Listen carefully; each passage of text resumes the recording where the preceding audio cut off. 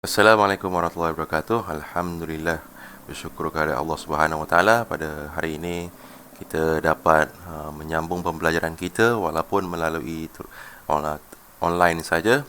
Walau bagaimanapun pembelajaran tetap juga dijalankan.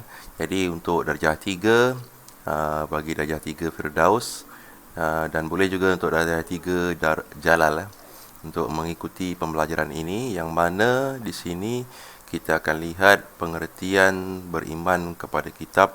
Kemudian kita lihat apakah nama-nama kitab yang diturunkan oleh Allah Subhanahu Wa Taala. Tapi walau bagaimanapun perkara ini panjang. Kita nak baca dahulu dan saya minta pelajar supaya membaca bersama-sama, ya. Jadi yang pertama sekali di sini murid dapat satu mengetahui menyatakan erti beriman kepada kitab. Apa makna beriman kepada kitab? Yang kedua, menyebutkan nama-nama kitab yang telah diturunkan oleh Allah Subhanahu Wa Taala. Sebenarnya pada pembelajaran yang lalu kita sudah masuk sedikit pun, walau bagaimanapun kita tidak dapat menyeluruh kerana tiba-tiba sekolah kita ada serak kena COVID. Jadi kita terpaksa duduk di rumah saja. Jadi untuk hari ini, erti beriman kepada kitab. Jadi saya cuba besarkan lagi, ya. Kalau pelajar di rumah boleh melihat saja terus ke video ini, tak perlu untuk membuka kitab. Kita lihat di sini erti beriman kepada kitab. Satu, beriman ini artinya percaya. Percaya kepada kitab adalah rukun iman yang ketiga. Ini bukan erti. Ini nak ceritakan beriman kepada kitab tu sebenarnya adalah rukun iman. Tidak beriman kepada kitab, maka dia dikira tidak beriman kepada Allah Subhanahu Wa Taala. Kedua, barulah kita masuk erti yang pada bahasa. Dua, erti kitab pada bahasa ialah buku yang mengandungi perkara-perkara keagamaan seperti hukum, ajaran dan sebagainya. Ini dari segi bahasa saja. Ini erti kitab. Kitab pada bahasa. Apa makna kitab? Kitab iaitu buku agama. Ada cerita pasal hukum, pasal ajaran. Kemudian, apakah makna kitab pada istilah?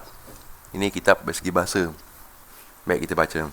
Menurut istilah, kitab ni bererti kalam Allah. Kalam Allah ni kata-kata Allah Subhanahu Wa Taala yang diwahyukan kepada Nabi dan Rasul agar mereka menyampaikan kepada manusia. Pembacanya adalah ibadah dan mendapat ganjaran pahala dari Allah. Itu adalah pengertian kitab dari segi istilah. Istilah di sini, apa makna istilah? Istilah iaitu kalau kita buka kamus. Kita nampaklah makna pengertian yang menyeluruh. Apa segi bahasa? Bahasa ni iaitu pertuturan percakapan kita. 4. Allah Subhanahu Wa Taala memerintahkan supaya beriman kepada kitab yang telah diturunkan.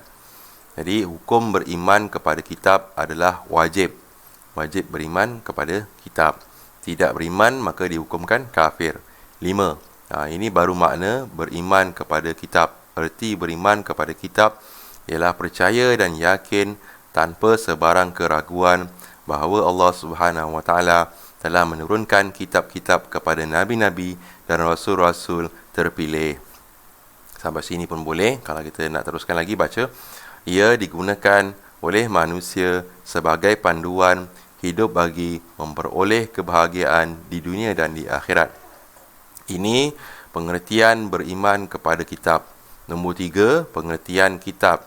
Nombor 2, erti kitab pada bahasa. Okey, seterusnya. Yang keenam, sebagai seorang yang beriman, kita wajib percaya kepada kitab-kitab yang Allah Subhanahu Wa Taala turunkan. Ini hukum beriman kepada kitab. Jadi kita sudah lihat pada objektif yang pertama, iaitu apakah erti beriman kepada kitab. Baik, yang pertama kita belajar tentang apa erti kitab. Kemudian yang kedua kita belajar apakah erti beriman kepada kitab. Yang ketiga kita belajar iaitu tentang hukum beriman kepada kitab. Baik, seterusnya kita lihat sebelah dalam tajuk pengertian beriman kepada kitab. Kita lihat di sini, kita besarkan lagi. Okey. Nombor 7. Sama-sama baca. Orang yang tidak beriman kepada kitab adalah kafir. kafir ni maknanya bukan Islam, tidak beriman.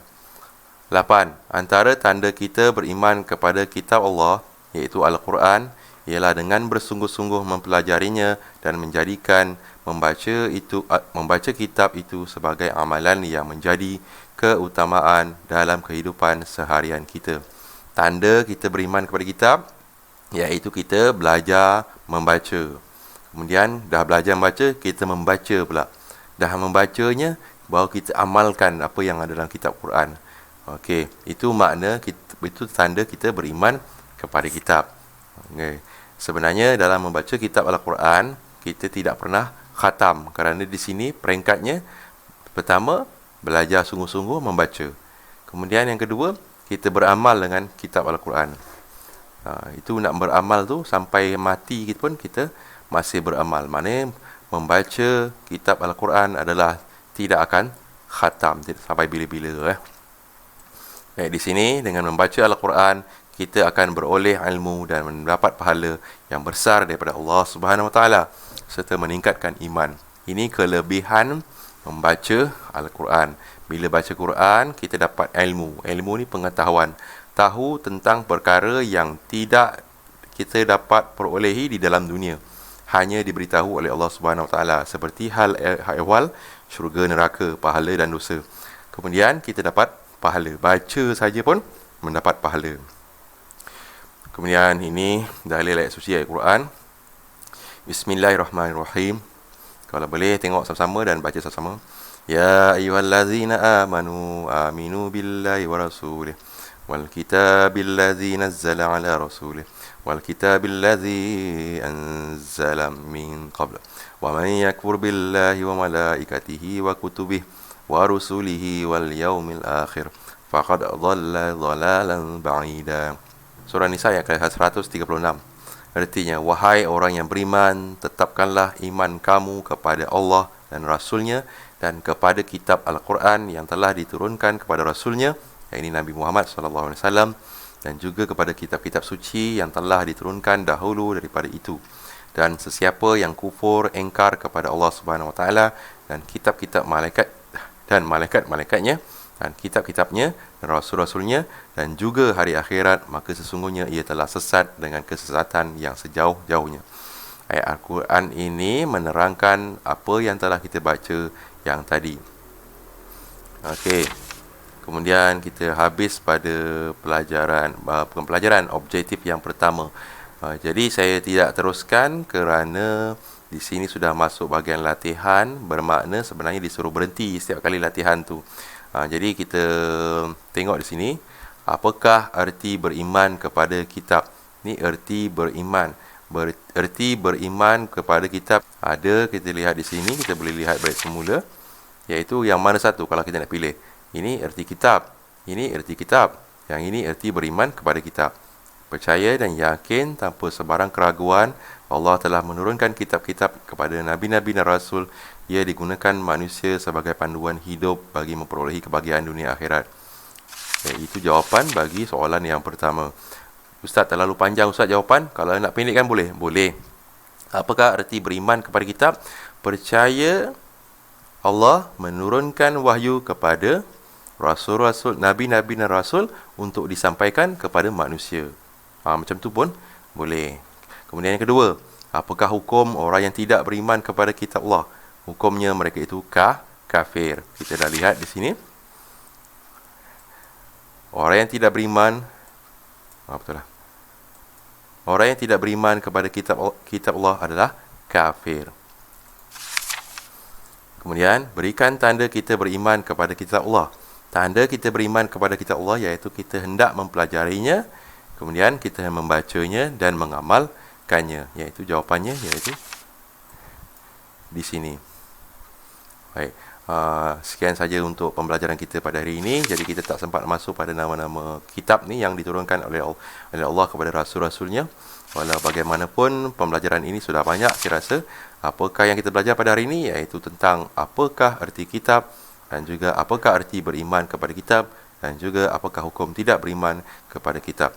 Dengan ini saya mengucapkan ribuan terima kasih kerana menonton video ini yang tidak seberapa ini. Dan saya akhiri dengan Assalamualaikum warahmatullahi wabarakatuh.